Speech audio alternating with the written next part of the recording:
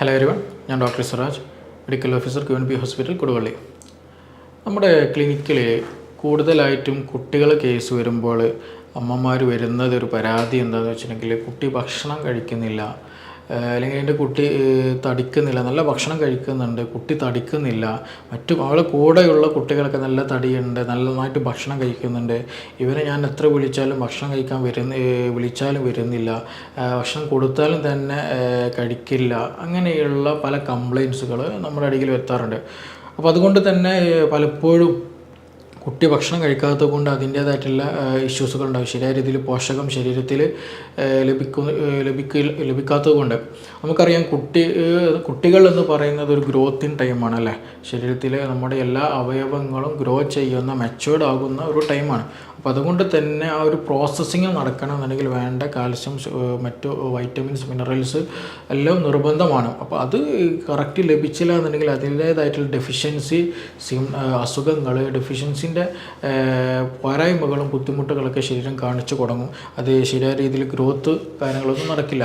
അപ്പോൾ അതുകൊണ്ട് തന്നെ നമ്മുടെ വീടുകളിൽ സ്വാഭാവികമായിട്ടും അമ്മമാർക്ക്, അച്ഛന്മാർക്ക് ഉണ്ടാകുന്ന ഒരു ടെൻഷനും ഒരു കാര്യമാണ് ഈ പറയുന്ന കുട്ടികൾ ഭക്ഷണം കഴിക്കുന്നില്ല, അല്ലാന്നുണ്ടെങ്കിൽ ഭക്ഷണം കഴിച്ചാൽ ശരീരത്തിൽ കാണുന്നില്ല, പെട്ടെന്ന് ഭക്ഷണം മതിയാക്കുക, പെട്ടെന്ന് നിർത്തുക എന്നുള്ള ഒരു കണ്ടീഷൻ എന്ന് പറയുന്നത്. അപ്പോൾ ഇത് എന്തുകൊണ്ടാണ് കുട്ടികൾ ഭക്ഷണം കഴിക്കാത്തത്? അതിന് എന്തെങ്കിലും റീസൺസ് ഉണ്ടോ? നമുക്ക് എങ്ങനെയാണ് അതിനെ നമ്മൾ മാനേജ് ചെയ്യാൻ കഴിയുക എന്നുള്ളത് നമ്മൾ നിർബന്ധമായിട്ടും അറിഞ്ഞിരിക്കണം.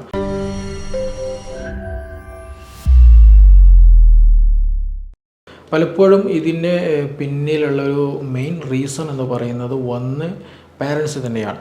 പാരൻസ് അവരെ ശീലിപ്പിച്ച ചില ശീലങ്ങൾ പലപ്പോഴും അത് അവരുപയോഗപ്പെടുത്തുന്നത് ഭക്ഷണം കഴിക്കാതെ അല്ലെങ്കിൽ വാശി പിടിച്ചിട്ടൊക്കെ എന്ത് ചെയ്യും, അത് ഭക്ഷണത്തോടൊരു അതൃപ്തി കാണിച്ചുകൊണ്ട് അവർ പ്രകടമാക്കാറുണ്ട്. അപ്പോൾ അതുകൊണ്ട് തന്നെ പാരൻസ് മാനേജ്മെൻറ്റ് വളരെ ഇമ്പോർട്ടൻ്റ് ആണ്.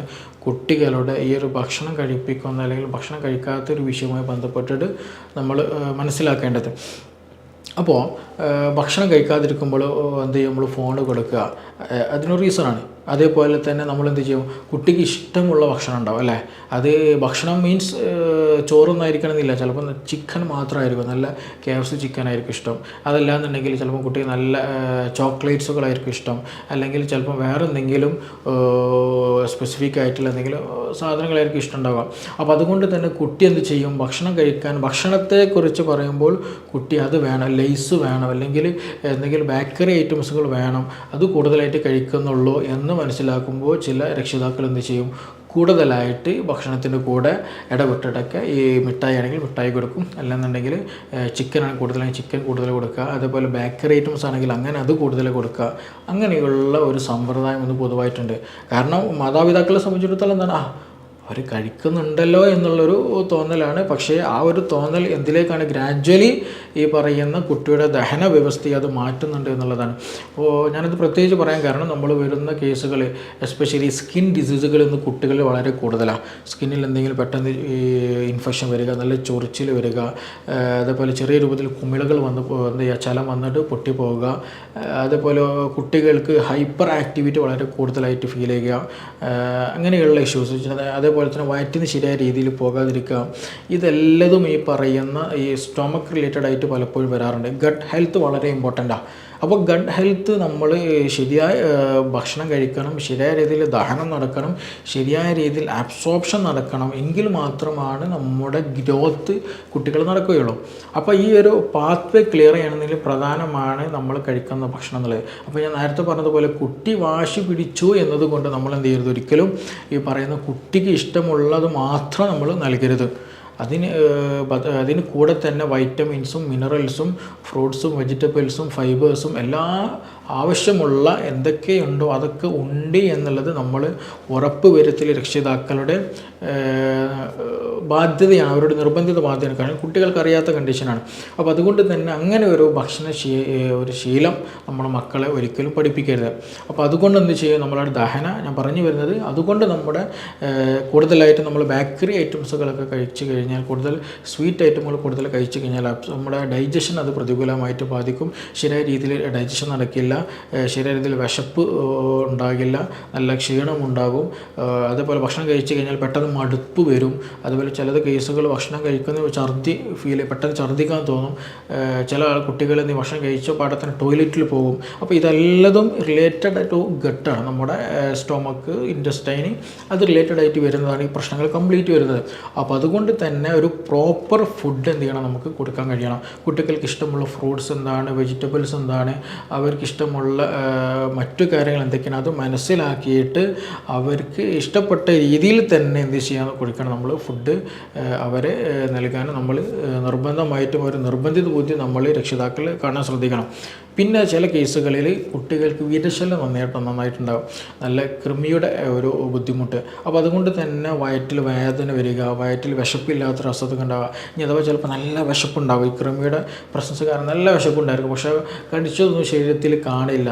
അങ്ങനത്തെ ഒരു കണ്ടീഷന് അച്ഛനും അമ്മയും എന്താ വിചാരിക്കൽ, കുട്ടി കഴിക്കുന്നില്ല അല്ലെങ്കിൽ കഴിക്കുന്നത് കുറവായിട്ടാണ് കുട്ടി തടിക്കാത്തത് എന്നുള്ളൊരു മെൻറ്റാലിറ്റി ആയിരിക്കും. പക്ഷെ അങ്ങനെ ആയിരിക്കില്ല, കുട്ടി ആവശ്യത്തിനുള്ളത് കഴിക്കുന്നുണ്ടാകും, പക്ഷെ എന്താകുന്നില്ല, ശരീരത്തിൽ പിടിക്കുന്നില്ല എന്നുള്ളൊരു പ്രശ്നമാണ്. കാരണം ഈ വിരശല്യം കൂടുതലായിട്ടുണ്ടെങ്കിൽ എന്ത് ചെയ്യും, ഈ പറഞ്ഞ ശരിയായ ദഹനം നടക്കില്ല, അതുപോലെ ഭയങ്കര അബ്ഡോമിനൽ ഡിസ്കംഫർട്ട്, നല്ല വയറുവേദന ഉണ്ടാകും, അങ്ങനെ ശരിയായ രീതിയിൽ വയറ്റിൽ നിന്ന് പോകില്ല, അങ്ങനെയുള്ള പ്രശ്നങ്ങളൊക്കെ ഉണ്ട്. ചില സമയത്ത് നല്ല ലൂസ് സ്റ്റൂളൊക്കെ ആയിരിക്കും ഉണ്ടാവുക. അപ്പോൾ അതൊക്കെ ബേസിക് ആയിട്ട് വരുന്നത് ഈ പറയുന്നുള്ള സ്റ്റൊമക്ക് തന്നെയാണ്. അപ്പോൾ വിരശല്യം ഉണ്ടെങ്കിൽ ഈ പറഞ്ഞതുപോലെയുള്ള ബുദ്ധിമുട്ടുകളുണ്ട്. അപ്പോൾ അങ്ങനെ നമ്മുടെ മക്കൾക്ക്, കുട്ടികൾക്ക് എന്തെങ്കിലും വിരശല്യമായിട്ട് എന്തെങ്കിലും ബുദ്ധിമുട്ടുണ്ടോ എന്നുള്ളത് നമ്മൾ മനസ്സിലാക്കണം. പിന്നെ അതുപോലെ തന്നെ ചില കേസുകൾ കുട്ടികൾ ഇന്നത്തെ കാലത്ത് പ്രത്യേകിച്ച് മാനസികമായിട്ട് പെട്ടെന്ന് തളരുന്ന ഒരു നേച്ചർ പലപ്പോഴും നമ്മളെ കുട്ടികൾക്കിടയിൽ, വിദ്യാർത്ഥികൾക്കിടയിൽ എന്തെങ്കിലും അസ്വസ്ഥതകൾ, നമ്മളെ ഫ്രണ്ട്സിനിടയിൽ എന്തെങ്കിലും അസ്വസ്ഥതകൾ വരുമ്പോൾ, അതേപോലെ തന്നെ ഫോണിന് റിലേറ്റഡ് ആയിട്ട് ഒരുപാട് ആത്മഹത്യ കേസുകൾ, ഒരുപാട് അങ്ങനെയുള്ള ഇഷ്യൂസുകൾ നമ്മളിന്ന് മാധ്യമങ്ങളിലൂടെ കണ്ടുവരുന്നതാണ്.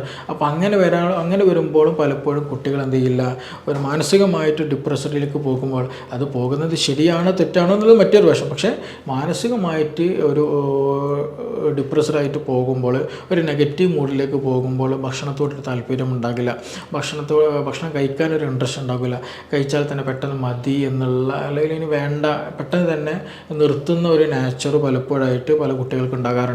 പിന്നെ അതുപോലെ എക്സാം റിലേറ്റഡ് ടെൻഷൻ വരിക, അതൊക്കെ അത് റിലേറ്റഡ് ആയിട്ട് വരുന്നത്. അപ്പോൾ നമ്മുടെ കുട്ടിക്ക് മാനസികമായിട്ട് നല്ല ഓക്കെയാണ്, ഫ്രണ്ട്സിനിടയിൽ, സ്കൂളുകളിൽ, കോളേജുകളിൽ, വീട്ടിനകത്തും മറ്റു സന്ദർഭങ്ങളിലൊക്കെ കുട്ടി ഓക്കെയാണ് എന്നുള്ളത് രക്ഷിതാക്കൾ എന്ത് ചെയ്യണം, നിർബന്ധമായിട്ട് മനസ്സിലാക്കണം. പിന്നെ അതുപോലെ തന്നെ ഉറക്കം വളരെ ഇമ്പോർട്ടൻ്റാണ്. ഉറക്കം ഡയറക്റ്റ്ലി എന്ത് ചെയ്യും, നമ്മുടെ ഈ സ്റ്റൊമക്കിന് അല്ലെങ്കിൽ ഡൈജഷന് ബാധിക്കുന്നൊരു സംഗതി. നന്നായിട്ട് ഉറങ്ങിയാൽ മാത്രമേ നന്നായിട്ട് ഡൈജഷൻ നടക്കുകയുള്ളൂ. ശരിയായ രീതിയിൽ എൻസൈം പ്രൊഡ്യൂസ് ചെയ്യണമെങ്കിൽ, ശരിയായ രീതിയിൽ ഗ്രോത്ത് നടക്കണമെന്നുണ്ടെങ്കിൽ ഉറക്കം നമ്മുടെ ബോഡിയെ വളരെ ഇമ്പോർട്ടൻ്റ് ആയിട്ട് ബാധിക്കുന്നൊരു സംഗതിയാണ്. അപ്പോൾ അതുകൊണ്ട് തന്നെ ഉറക്കം കുറവുള്ളവർക്ക്, ഹൈപ്പർ ആക്റ്റീവ്, പെട്ടെന്ന് ദേഷ്യപ്പെടുന്ന കുട്ടികളൊക്കെ ഉണ്ടാവും. അവർക്കൊക്കെ കോമൺ ആയിട്ട് വരുന്നൊരു അസുഖമാണ് ഭക്ഷണം, അല്ലെങ്കിൽ ഒരു പ്രോബ്ലമാണ് ഭക്ഷണം കൂടുതൽ കഴിച്ചു കഴിഞ്ഞാലും തടി വെക്കുന്നില്ല, അല്ലെങ്കിൽ അതേപോലെ തന്നെ പെട്ടെന്ന് കൂടുതലായിട്ട് കഴിക്കും, പക്ഷേ ശരീരത്തിൽ കാണുന്നില്ല എന്നുള്ളതൊക്കെ. അപ്പോൾ അത് ഈ ഒരു ഹൈപ്പർ നേച്ചറും ഈ പറയുന്ന സ്റ്റൊമക്ക് റിലേറ്റഡ് ആയിട്ട് വരുന്നത്, ഹൈപ്പർ അസിഡിറ്റിയുടെ കൂടെയായിട്ട് വരുന്നതാണ് അങ്ങനെയുള്ള വിഷയങ്ങളൊക്കെ. അപ്പോൾ അതുകൊണ്ട് തന്നെ ഉറക്കം കുറഞ്ഞു പോയാൽ എന്ത് ചെയ്യും, ഈ സ്റ്റൊമക്കിൽ ഹൈപ്പർ അസിഡിറ്റി വരും. ടെൻഷൻ കൂടിക്കഴിഞ്ഞാൽ സ്റ്റൊമക്കിൽ ഹൈപ്പർ അസിഡിറ്റി വരും. അപ്പോൾ അതൊക്കെ അതിന് ഡയറക്റ്റ് റിലേറ്റഡ്, നമ്മൾ ബ്രെയിനും സ്റ്റൊമക്കും അത്രത്തോളം ഡയറക്റ്റ് റിലേഷൻ വരുന്നുണ്ട്. അപ്പോൾ അതുകൊണ്ട് തന്നെ എന്ത് ചെയ്യണം, നമ്മൾ മൈൻഡ് ഫ്രീ ആയിരിക്കണം, നന്നായിട്ട് ഉറങ്ങണം, നല്ല ഭക്ഷണം നല്ല സമയങ്ങളിൽ വിശക്കുന്ന സമയത്ത് തന്നെ കഴിക്കാനും കൂടെ നമ്മൾ ശ്രദ്ധിക്കണം. ഇനി ചില കേസ് എന്തെങ്കിലും ഇൻഫെക്ഷൻസ് വന്നിട്ടുണ്ടെങ്കിൽ, എന്തെങ്കിലും വൈറൽ ഇൻഫെക്ഷൻസ്, എന്തെങ്കിലും ബുദ്ധിമുട്ടുകൾ, നല്ല ഫീവറിൽ, ചില കുട്ടികൾക്ക് എന്ത് ചെയ്യും, നല്ല പനിയുള്ള സമയത്ത് നമുക്കൊക്കെ അറിയാം അവരൊന്നും കഴിക്കില്ല അല്ലേ. പനി വന്നു കഴിഞ്ഞാൽ എന്ത് ചെയ്യും, നമ്മുടെ ടേസ്റ്റ് ബഡ് ഒന്നും ആക്റ്റീവ് ആയിരിക്കില്ല, നല്ല ഭക്ഷണത്തിനൊന്നും രസം കിട്ടില്ല, പെട്ടെന്ന് ചടപ്പ് ഒരു മടുപ്പ് ഫീൽ ചെയ്യും. അപ്പോൾ അതുകൊണ്ട് തന്നെ നമ്മൾ കുട്ടികൾ ഭക്ഷണം കഴിക്കുന്നില്ല, അവനെന്തെങ്കിലും പ്രശ്നമുണ്ട്, ആക്റ്റീവ്നെസ്സിൽ കുറവുണ്ടെങ്കിൽ തീർച്ചയായിട്ടും അവന് പനിക്കുന്നുണ്ടോ, എസ്പെഷ്യലി നൈറ്റ് ഫീവർ ഉണ്ടോ, രാത്രി പനിക്കുന്നുണ്ടോ, ഏകദേശം ഒരു 6 മണി 7 മണി ആകുമ്പോൾ തന്നെ കുട്ടി മടുപ്പ് വന്നിട്ട്, അല്ലെങ്കിൽ ഒരു സൈഡിൽ പോയിട്ട് കിടന്ന് പെട്ടെന്ന് ഉറങ്ങിപ്പോകുന്ന ടെൻഡൻസി ഒക്കെ ഉണ്ടെങ്കിൽ തീർച്ചയായിട്ടും ടെമ്പറേച്ചർ കൂടുതലുണ്ടോ, പനിയുണ്ടോ എന്നുള്ളത്, എന്തെങ്കിലും ക്ഷീണം, എന്തെങ്കിലും അസുഖമുണ്ടോ എന്നുള്ളതും കൂടെ നമ്മൾ നോക്കണം. അപ്പോഴാണ് അതിൻ്റെ യഥാർത്ഥ റീസൺ നമുക്ക് കഴിയുള്ളൂ. അപ്പോൾ ചുരുക്കി പറഞ്ഞാൽ അങ്ങനെ പനി എന്തെങ്കിലും ഉണ്ടെങ്കിൽ, എന്തെങ്കിലും ഒരു ഇൻഫെക്ഷൻ, അസുഖങ്ങളും കാര്യങ്ങളൊക്കെ ഉണ്ടെങ്കിൽ എന്ത് ഈ പറഞ്ഞ പോലെ ഭക്ഷണത്തോടൊരു മടുപ്പുണ്ടാകും. അതുപോലെ ഒരു ഭക്ഷണം കഴിച്ചാൽ തന്നെ മതി അല്ലെങ്കിൽ ഇത്ര മതി എന്നുള്ള കുറഞ്ഞത് കഴിക്കുകയുള്ളൂ എന്നുള്ള നേച്ചറൊക്കെ ഉണ്ടാകും. അപ്പോൾ ഇതൊക്കെയാണ് ഇതിൻ്റെ പരമപ്രധാനമായിട്ടുണ്ടാകും. അപ്പോൾ ഇത് എന്താണ് റീസൺ, ഇത് എന്തുകൊണ്ടാണ് വരുന്നത് എന്നുള്ളത് നമ്മൾ മനസ്സിലാക്കൽ വളരെ ഇമ്പോർട്ടൻ്റ്. ഇതൊരു വലിയൊരു സിവിയാരിറ്റിയുള്ള ഇഷ്യൂ അല്ല, അല്ലെങ്കിൽ പക്ഷേ നമ്മൾ എന്ത് ചെയ്യണം, കുട്ടികളായതുകൊണ്ട് തന്നെ വളർച്ചയുടെ ഘട്ടമായതുകൊണ്ട് തന്നെ അവർക്ക് ശരിയായ രീതിയിലുള്ള മിനറൽസ്, വൈറ്റമിൻസ് കാര്യങ്ങൾ ലഭിക്കൽ വളരെ ഇമ്പോർട്ടൻ്റ് ആണ്. ഇല്ലാന്നുണ്ടെങ്കിൽ ഗ്രോത്തിൽ വ്യത്യാസമുണ്ടാകും, അവരുടെ സ്വഭാവത്തിൽ വ്യത്യാസം ഉണ്ടാകും, അവരുടെ പ്രവർത്തനങ്ങളിൽ വ്യത്യാസമുണ്ടാകും, അവരുടെ ഐക്യുവിൽ വ്യത്യാസമുണ്ടാകും. എല്ലാ സ്വഭാവങ്ങളും ഫ്യൂച്ചറിൽ എന്താകും, പിന്നീട് അതിൻ്റേതായിട്ടുള്ള റിസൾട്ടുകൾ നമുക്ക് കാണേണ്ടി വരും. അപ്പോൾ അതുകൊണ്ട് തന്നെ എന്ത് ചെയ്യണം, ഗ്രോത്തിൻ്റെ സമയമായതുകൊണ്ട് എന്ത് ചെയ്യണം, ഇതൊരു വലിയൊരു അസുഖമല്ല, പക്ഷേ എന്ത് ചെയ്യണം, നമ്മളത് വേണ്ട രീതിയിൽ തന്നെ കൈകാര്യം ചെയ്യാൻ ശ്രദ്ധിക്കണം.